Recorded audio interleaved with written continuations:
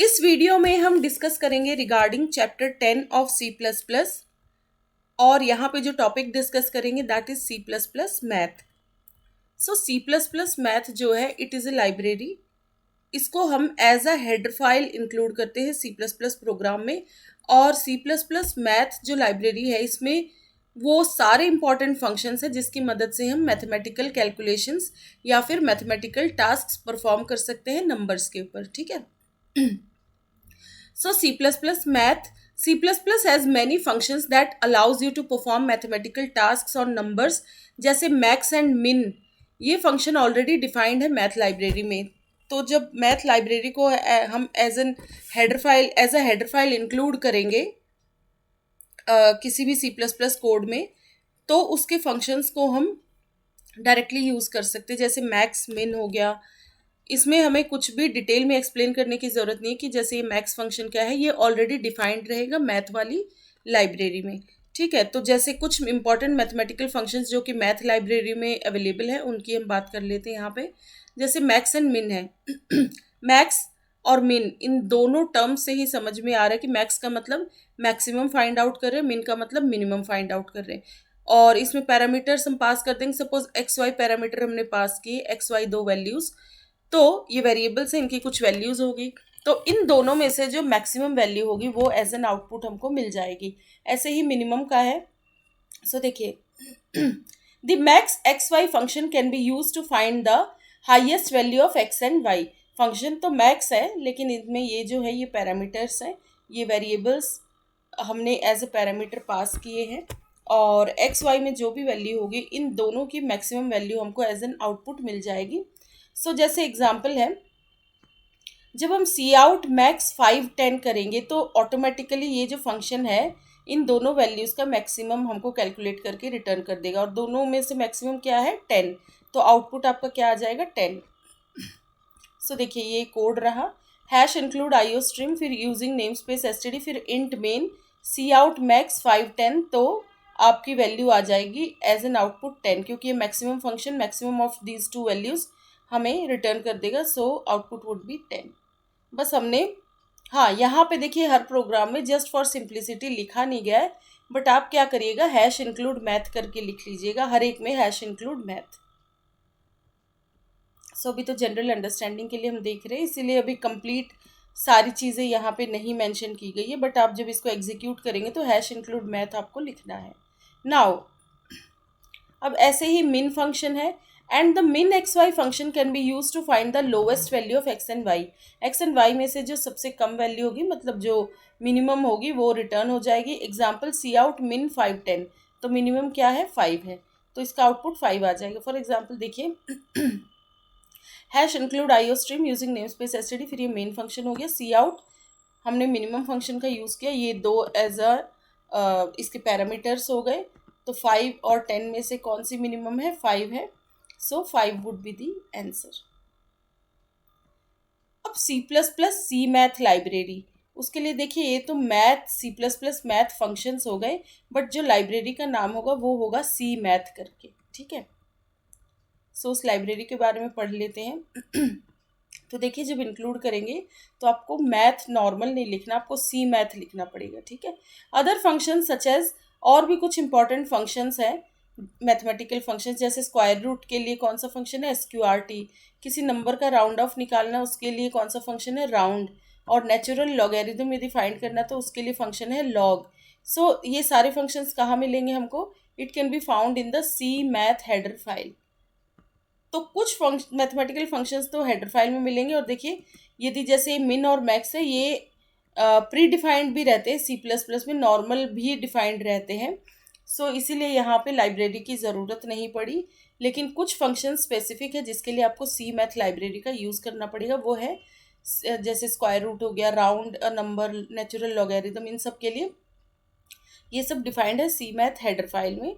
As a header file आपको सी math वाली library use करनी पड़ेगी। उसको लिखने का क्या तरीका है, और देखिए ऐसा नहीं है कि यही फंक्शंस है, और भी मैथमेटिकल फंक्शंस है, ये तो सिर्फ कुछ एग्जांपल्स हमने यहाँ पे शो किए हुए हैं। सो एग्जांपल देखते हैं। सी मैथ लाइब्रेरी को हम इंक्लूड करेंगे, हैश इंक्लूड सी मैथ, इस तरीके से आपको लिखना है। अब सी आउट करेंगे, सपोज 64 का स्क्वायर रूट चाहिए, तो हम सीधा SQRT लिखेंगे और 64, और ये SQRT कहाँ कम्प्लीटली डिफाइंड और डिस्क्राइब्ड है, वो है सी मैथ लाइब्रेरी में।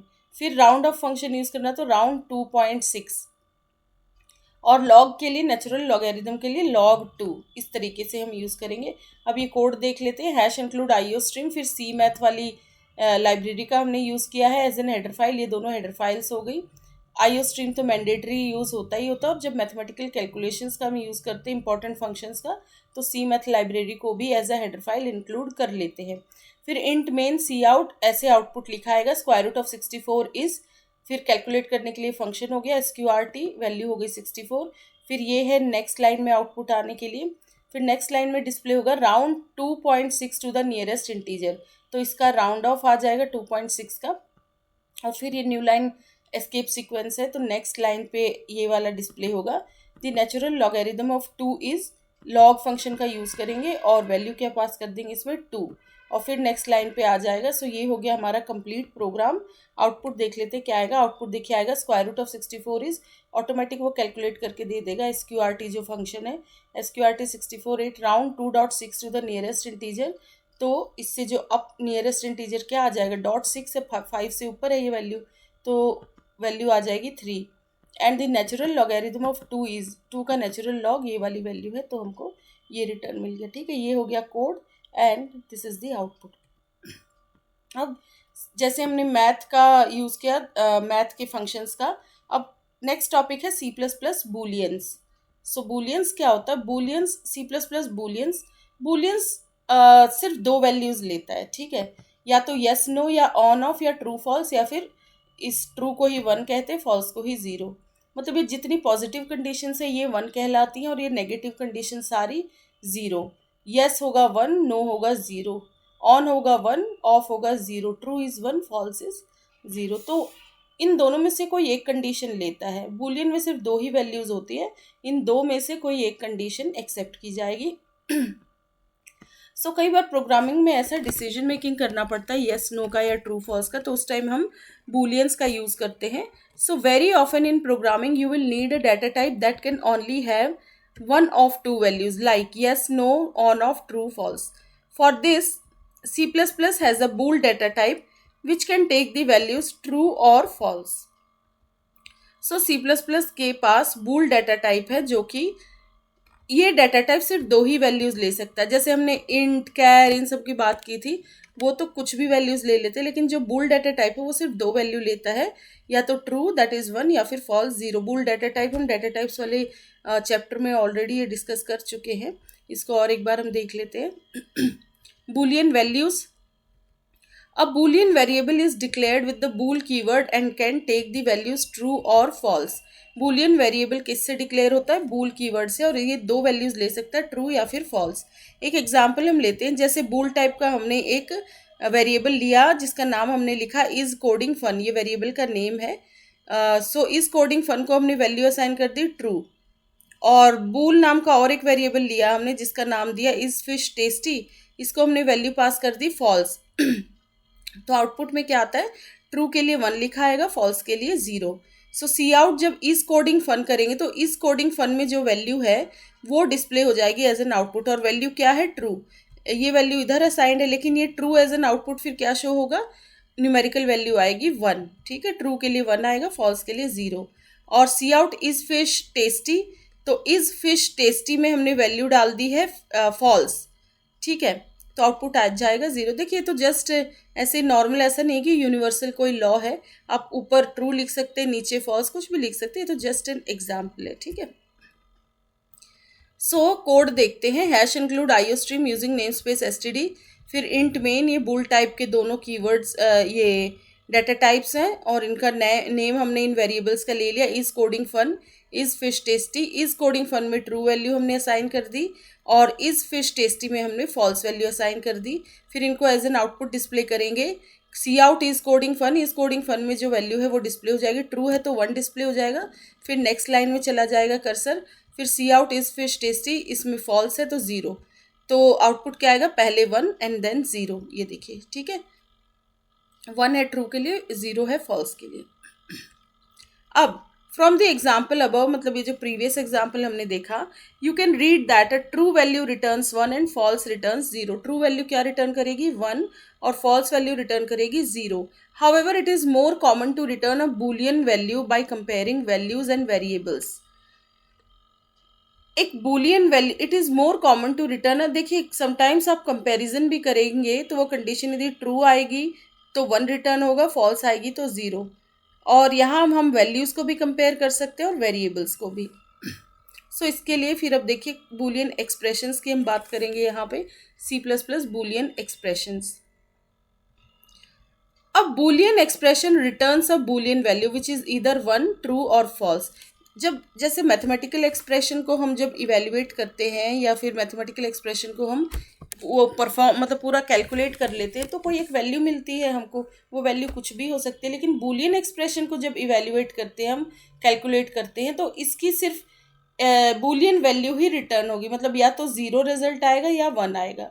सो इधर 1 आएगा तो 1 के लिए ट्रू है, या फिर 0 आएगा उसके लिए वैल्यू है false. So this is useful for building logic and finding answers. Sometimes ऐसा कोई लॉजिक होता है कि क्या ये कंडीशन सही है. इफ़ येस तो आगे हम कंटिन्यू करेंगे, इफ़ नो तो फिर वहीं पे जो भी है कोड को स्टॉप कर देंगे. ऐसा कुछ डिसीजन मेकिंग में ये बूलियन एक्सप्रेशंस की हमको ज़रूरत पड़ती है जब कुछ कंपैरिजंस की ज़रूरत पड़ती है. जैसे you can use a comparison operator such as the greater than operator to find out if an expression or variable is true और फॉल्स. और ये कंडीशंस को ट्रू फॉल्स दिखाने के लिए हम कंपैरिजन ऑपरेटर्स का भी यूज़ करते हैं. फॉर एग्जांपल देखिए, इधर हमने 2 वेरिएबल्स लिए हैं x एंड y. x में वैल्यू है 10, y को वैल्यू हमने असाइन की है 9. फिर सी आउट हम कराना चाह रहे.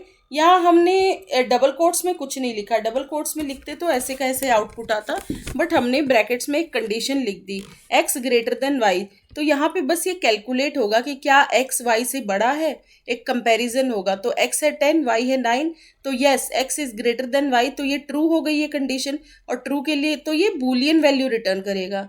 यदि ये कंडीशन ट्रू है तो 1 आएगा आउटपुट, और बिकॉज देखिए returns 1 true because 10 is higher than 9. और ये बाई चांस फॉल्स होती, सपोज 8 की वैल्यू होती 7, फिर हम यदि लिखते is x greater than y तो फॉल्स हो जाती, तो वहाँ आउटपुट 0 आता. तो इस वाले कोड का आउटपुट क्या आ जाएगा? 1, क्योंकि कंडीशन हमारी हो गई ट्रू.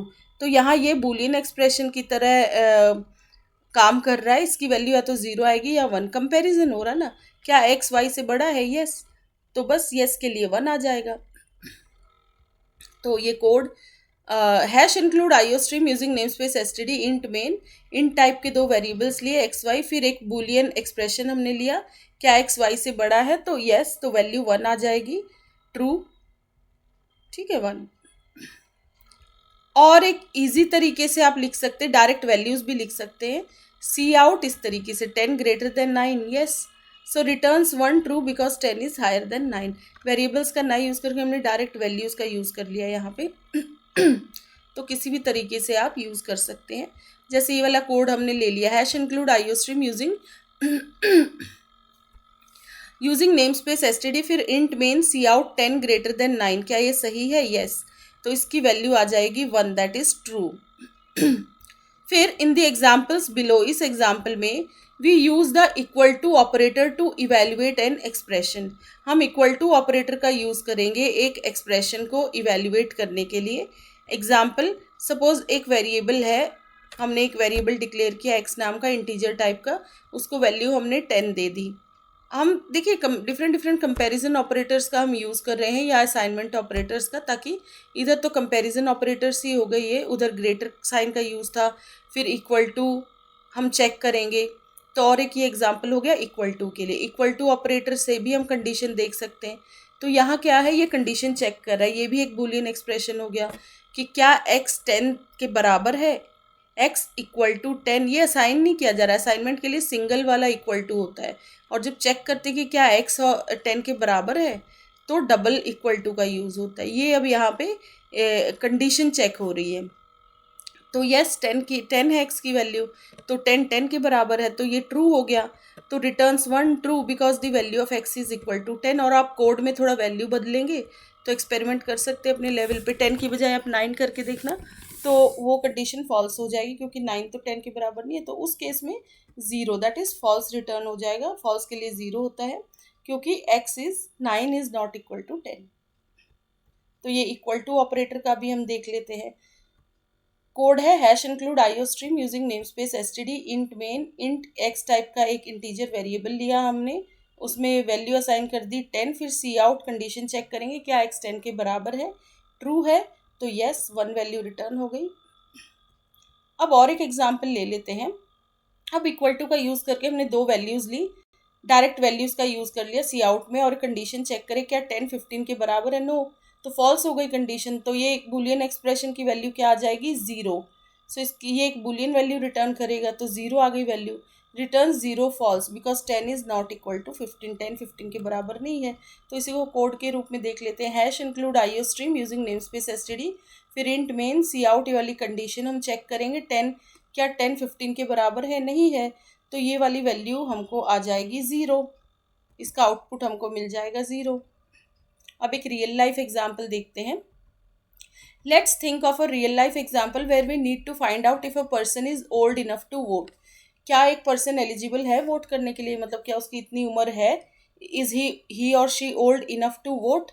तो हम देखते हैं वोट के लिए क्या एज होनी चाहिए। तो उसके लिए किस कंपैरिजन ऑपरेटर का हम यूज़ करते हैं, greater than or equal to. If the age 25 is, suppose हमने 25 एज का कोई पर्सन है और हम चेक करेंगे और वोटिंग एज हम मान के चलते कि 18 है। हो सकता है हर कंट्री की सेम नहीं होगी, कहीं पे कुछ और एज हो सकती। सपोज हम यहाँ 18 मान के चल रहे हैं कि 18 है वोटिंग एज, मतलब 18 या 18 के अबव सब वोट कर सकते हैं। तो ग्रेटर देन इक्वल टू है, मतलब इक्वल टू भी है, मतलब कोई 18 ईयर्स का है तो भी वो एलिजिबल है वोट देने के लिए। तो हम इस वैल्यू को 25 को चेक करेंगे कि क्या वो ग्रेटर देन या इक्वल टू है 18 के बराबर, जो कि वोटिंग एज लिमिट सेट की गई, मतलब ली गई है इस एग्जाम्पल में। सो देखिए, let's think of a real life example where we need to find out if a person is old enough to vote. In the example below, we use the greater than equal to comparison operator to find out if the age that is 25, जो कि लिया गया हमने इस example में ली है ये age, if the age 25 is greater than or equal to the voting age limit which is set to 18.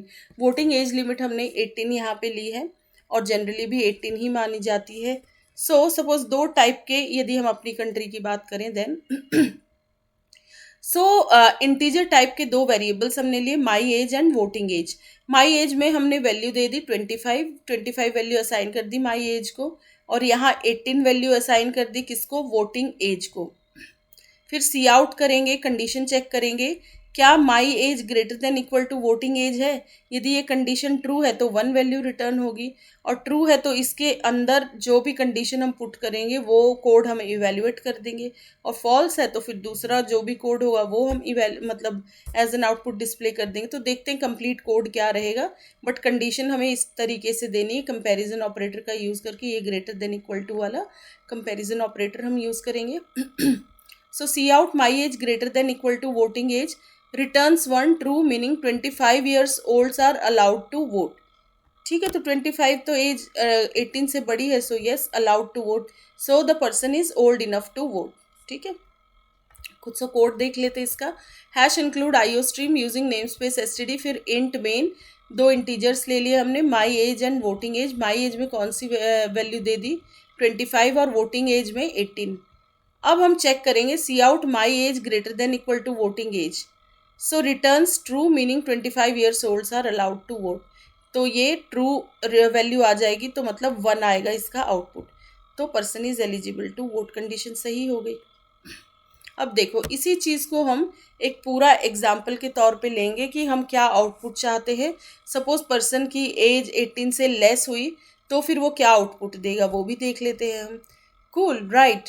N even better approach, और एक बेटर अप्रोच देखते हैं। An even better approach since we are on a roll now would be to wrap the code above if N.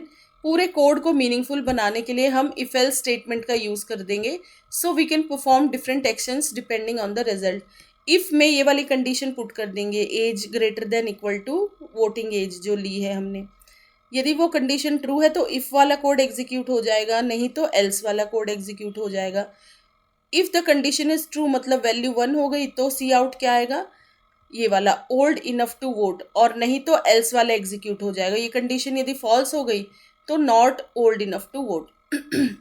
ये देखो जैसे example, output old enough to vote if my age is greater than equal to 18, otherwise output आएगा not old enough to vote. यदि ये condition false हो जाती तब भी हम चाह रहे कि कुछ आउटपुट डिस्प्ले कराना चाहे तो आउटपुट आएगा not old enough to vote. तो ये एक एग्जाम्पल देखते हैं। देखिए वही माई एज और वोटिंग एज नाम की दो इंटीजर वेरिएबल्स ले लिए। माई एज को 25 वैल्यू असाइन की है और वोटिंग एज को 18।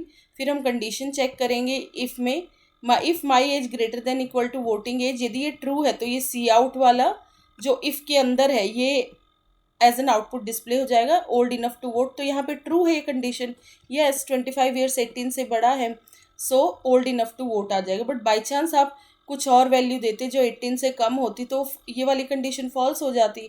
तो फॉल्स होती तो एल्स वाला स्टेटमेंट एग्जीक्यूट होगा। एल्स के अंदर क्या सी आउट है, not old enough to vote, तो ये एग्जीक्यूट हो जाएगा, मतलब ये डिस्प्ले हो जाएगा एज एन आउटपुट। लेकिन इस वाले केस में आउटपुट क्या आएगा, क्योंकि ये वाली कंडीशन ट्रू है, सो आउटपुट ये आएगा ओल्ड इनफ टू वोट। अब इसका कंप्लीट कोड देख लेते हैं। Hash include IO stream using name space STD int main, फिर दो वेरिएबल्स हमने ले लिए, my age and voting age. 25 वाली वैल्यू हमने माई एज वेरिएबल को असाइन करी और 18 वाली वोटिंग एज वाले वेरिएबल को असाइन की। देन ये वाली कंडीशन हम चेक करेंगे, if my age greater than equal to voting age, तो यस यहाँ पे ये ट्रू है तो इफ़ वाला स्टेटमेंट एग्जीक्यूट हो जाएगा। इफ़ में जो सी आउट है ये ओल्ड इनफ टू वोट, तो ये एग्जीक्यूट मतलब ये एज एन आउटपुट डिस्प्ले हो जाएगा। और यदि ये चीज़ ट्रू नहीं होती तो एल्स में जो लिखा है वो एज एन आउटपुट डिस्प्ले होता है। एल्स में क्या लिखा है, else C out not old enough to vote. But यहाँ पे हमारी ये कंडीशन ट्रू है तो ये इफ़ में जो सी आउट है ये एज एन आउटपुट आ जाएगा, दैट इज सो आउटपुट आएगा old enough to vote. Fine, इस वीडियो में इतना ही। Thank you so much.